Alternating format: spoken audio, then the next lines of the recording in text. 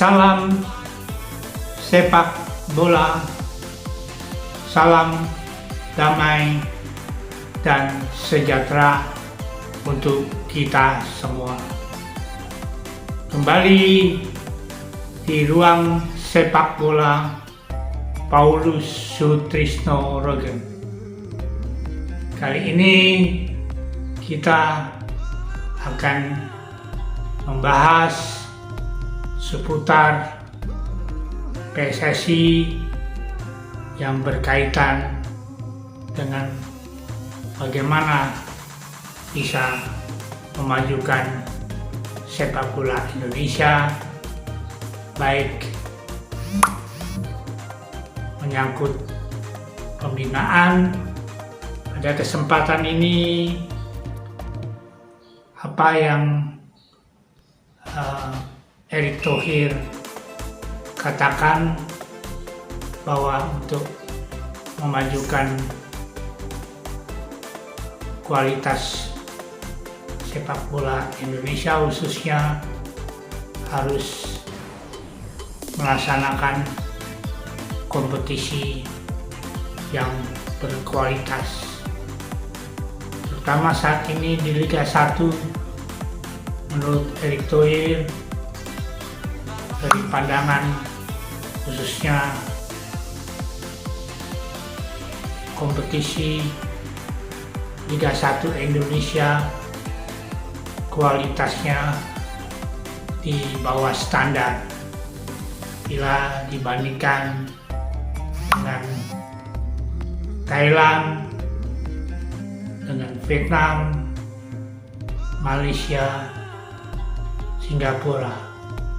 Artinya kita di bawah kualitas kompetisi diadakan oleh negara-negara ASEAN khususnya.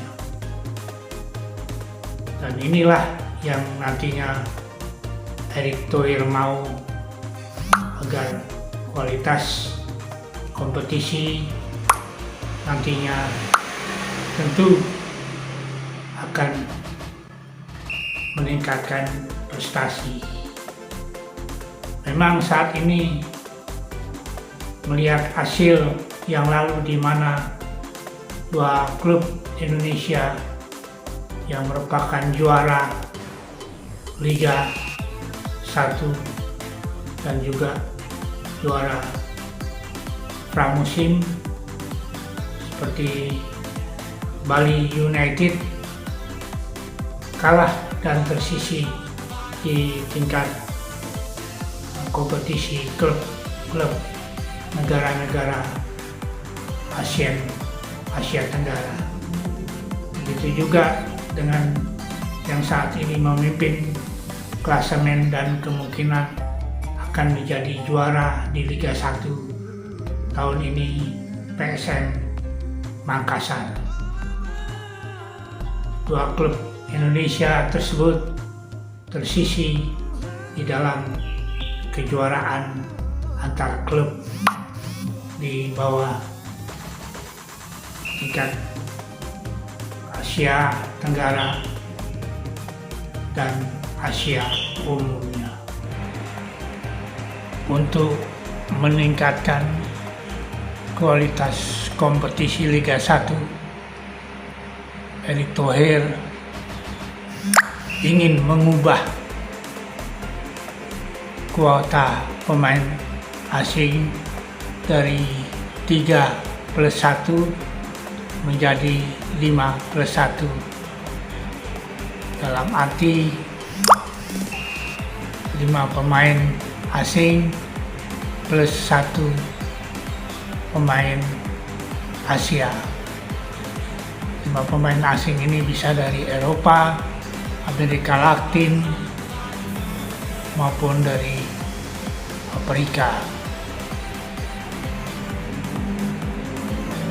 Dan juga akan membatasi pemain-pemain naturalisasi yang saat ini bermain di Liga 1 dan juga nantinya di Liga 2. dengan alasan Erick Thohir akan memberi kesempatan ke pemain muda dan pemain Indonesia untuk dapat bermain lebih banyak jam terbangnya dan ruang bagi pemain Indonesia untuk dapat pengalaman dan tentu saja jam terbangnya.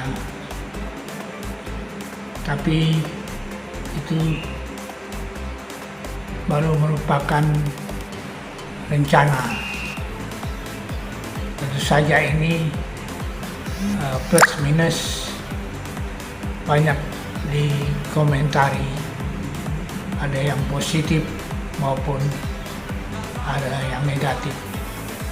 Tentu saja dari pemain-pemain yang sudah menjadi warga negara Indonesia, di mana mereka memang sangat mencintai Indonesia sehingga mereka memilih menjadi warga negara Indonesia, khususnya dengan bermain sepak bola.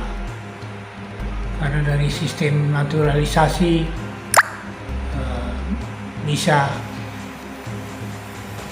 kemungkinan ada dua, di mana naturalisasi telah menjadi warga Indonesia dengan misalnya tinggal di Indonesia, stay di Indonesia 5 tahun berturut-turut atau 10 tahun tidak berturut-turut, dan juga bisa dalam hal ini dari keturunan darah maupun beristri orang Indonesia. Jadi mekanisme ini dapat mereka pemain untuk menjadi warga negara Indonesia. Tapi intinya mereka seperti ada beberapa pemain naturalisasi yang memang karena kecintaannya dengan Indonesia dan punya darah keturunan Indonesia. Seperti kita ketahui ada Stefano Lillipali ya, dari Borneo FC yang saat ini bermain di Borneo FC. Ada Ezra Walian, Mark Klok yang merupakan kapten timnas Indonesia. Terus ada Ilyas Pasojevic ini dari Bali United, Alberto Gonzalez dari Madura United, juga ada Diego Michels. Dan jadi kalau kita lihat naturalisasi berdasarkan darah kental, ada ayah dan ibu. Kami memilih Indonesia karena mencintai Indonesia dan berkomitmen untuk menjadi bagian komunitas sepak bola Indonesia. Apa yang dikatakan Mark Klok dalam Instagramnya. Dan tentu saja Erick Thohir harus pertimbangan kebijaksanaan, jangan habis manis di sepa dibuang. Waktu di tim nasional dipakai sebagai pemain Indonesia, tapi waktu kompetisi mereka dinamakan pemain naturalisasi. Dan ini mereka minta kebijaksanaan dan keadilannya, karena jangan sampai mempengaruhi pemain-pemain yang saat ini sedang proses naturalisasi terutama pemain-pemain muda U20 yang saat ini proses naturalisasinya secara administrasi sedang menunggu. Seperti kita ketahui ada 3 pemain U20 naturalisasi yang akan memperkuat timnas Indonesia di kejuaraan Piala Dunia Junior tahun 2023 yang akan berlangsung di bulan Mei dan Juni tahun ini. Ada Justin Hubner dan Ivar Jenner dan juga Rafael Struk. Ketiga-tiganya adalah dari Belanda, walaupun mereka bermain misalnya Justin di klub Wanderers di Inggris, dan juga Ivar Jenner di Young Utrecht Belanda, serta Rafael Struk yang bermain di ADO Den Haag. Dan tentu saja kebijaksanaan yang bijak harus diambil oleh Erick Thohir. Dan justru jangan sampai sisi lain dia mengubah kuota pemain asing dengan penambahan, sisi lain mengurangi pemain naturalisasi yang telah membela negara Indonesia. Justru kalau bisa perbanyak pemain-pemain Indonesia yang dikontrak dan bermain di luar negeri. Saat ini ada beberapa pemain yang sangat disayangkan, Egy Maulana Fikri yang kembali dan saat ini bermain di Dewa United. Juga ada Witan Sulaiman yang berlabuh di Persija. Kita harapkan banyak pemain-pemain Indonesia yang nantinya secara ekosistem dapat meningkatkan kualitas permainannya, seperti yang kita harapkan. Ada Asnawi Mangku Alam di Jeonam Dragon Korea Selatan, ada Sadil Ramdhani di Sabah Football Club, ada Pratama Arhan di Tokyo Verdy, dan ada beberapa pemain yang memang naturalisasi tapi bermain di luar, seperti Elkan Bagot di klub Ipswich Town yang saat ini dipinjamkan. Terus ada Jordi Amat di Johor, ya, Darul Taksim, serta ada Bagus Kavi yang berlaga di Yunani di Asteris Trifol, dan terakhir ada Marcelino Ferdinand yang saat ini bermain di KA Gent Belgia. Kita harapkan juga itu menerapkan regulasi kompetisi yang akhirnya membuat dia sendiri blunder.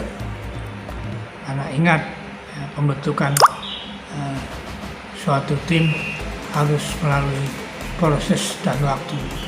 Ini yang disampaikan oleh Dr. Gigi Endang Witarsa. Jadi ada yang saat ini pun untuk matchday dengan Burundi yang akan dilangsungkan, ada 3 pemain yang ready untuk bergabung, yaitu Shane Fatinama Sandy Walsh yang memang diharapkan dapat bergabung segera. Dan tentu saja dengan juga bergabungnya pemain naturalisasi U20, sisi lain Erick Thohir juga harus memperhatikan masalah kepelatihan khususnya di Liga 1 maupun Liga 2. Seperti diketahui, persaingan di kompetisi Liga 1 berlangsung sangat ketat. Kebijakan mendepak pelatih telah dilakukan jika klub yang dipimpinnya menampilkan permainan buruk dan tentu saja tidak menunjukkan prestasi, bahkan anjlok dibandingkan dengan klub-klub yang lain yang secara persaingan yang ketat. Memang dalam hal ini Erick Thohir harus memproteksi, karena sejak bergulirnya Liga 1 ada hampir 12 pelatih yang lengser atau dilengserkan, bermula dari Robert Rene Alberts Persib, Javier Rocha Persik Kediri, Jackson F. Thiago Persis, Sergio Alexandra PSIS Semarang, Dejan Antonin Barito Putra, Eduardo Almeida Arema, Milovic Seslija Borneo, Neil Maishan Dewa United, Jajang Nurjaman Persikabo 1973, Rodney Gonçalves dari Barito Putra, Widodo Cahyono Putra Bayangkara FC, dan terakhir Javier Rocha Arema Football Club. Jadi Javier Rocha ini 2 kali dilengserkan pada waktu melatih Persik Kediri dan terakhir melatih Arema Football Club. Jadi proteksi ini jangan sewenang-wenang, khususnya klub, untuk memecat atau melengserkan. Karena itu PSSI harus proteksi dengan regulasi, misalnya untuk 1 musim kontrak dengan catatan tidak boleh dilengserkan, atau dalam hal ini harus dibuatkan regulasi supaya pelatih khususnya ada rasa aman. Karena dari pengalaman Dr. Gigi Endang Witarsa membentuk suatu timnas tidak bisa secara instan. Begitu juga untuk di klub, memadukan beberapa pemain yang berbeda itu adalah melalui proses dan perlu membutuhkan waktu.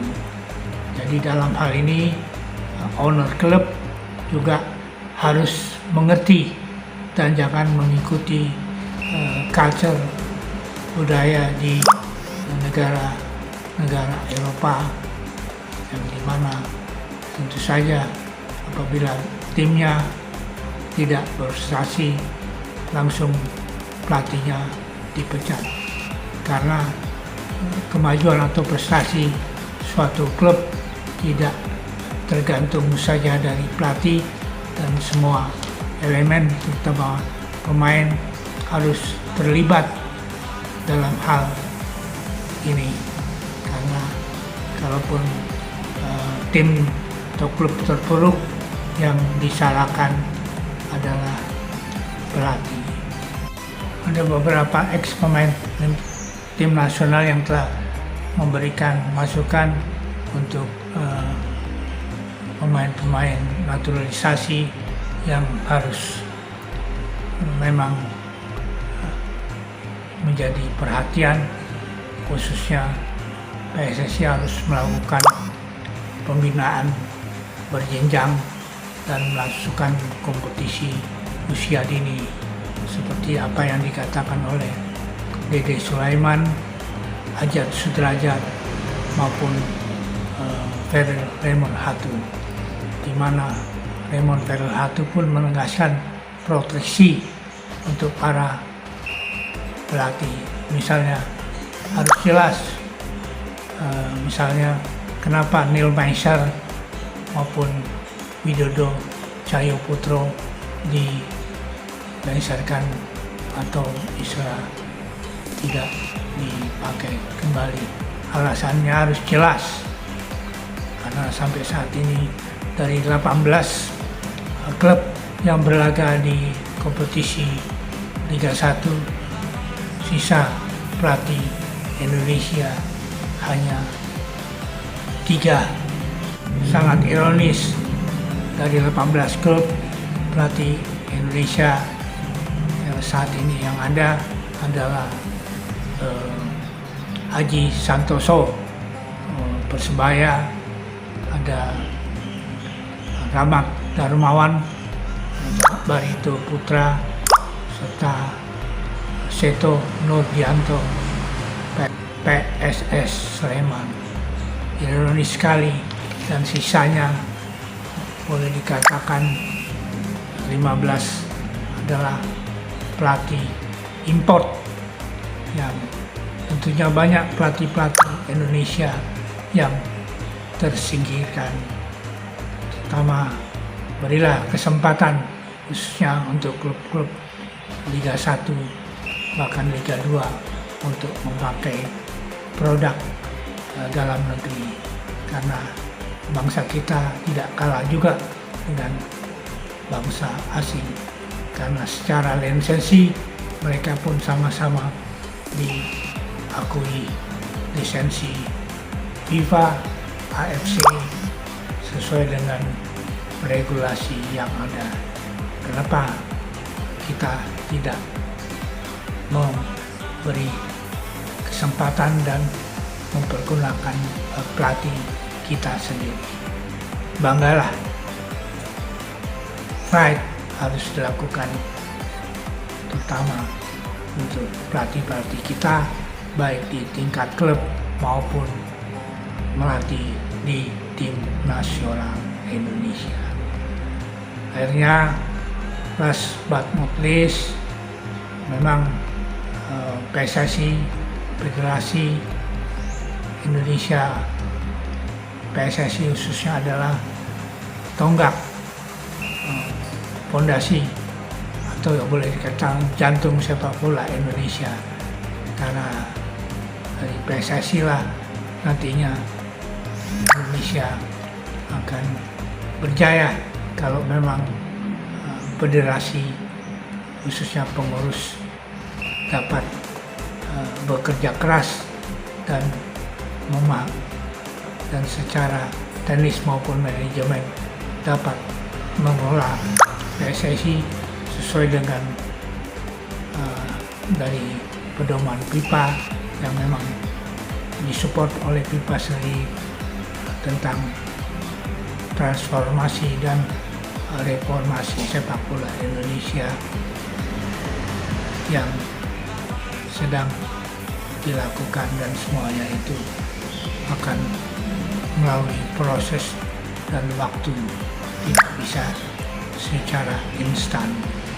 Erick Thohir harus hati-hati, kadang-kadang tidak sesuai dengan apa yang dikatakan,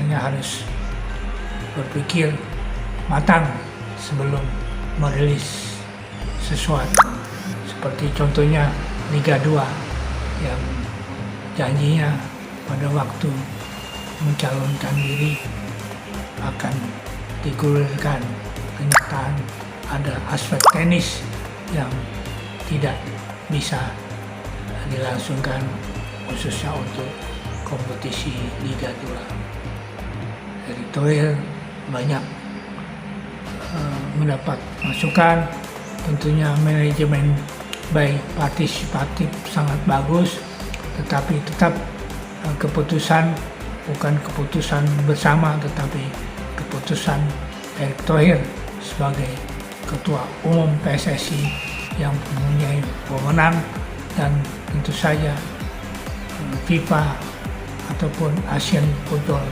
Confederation akan tetap mensupport. Terutama FIFA, kita perlu ucapkan terima kasih kepada Presiden FIFA yang telah mensupport persepakbolaan Indonesia. Thank you, Mr. Gianni Infantino. You are welcome to progress and development the Indonesia football. Thank you for your supporting for Indonesia Football Federation. Good luck, God bless. Tuhan memberkati kita. Amin.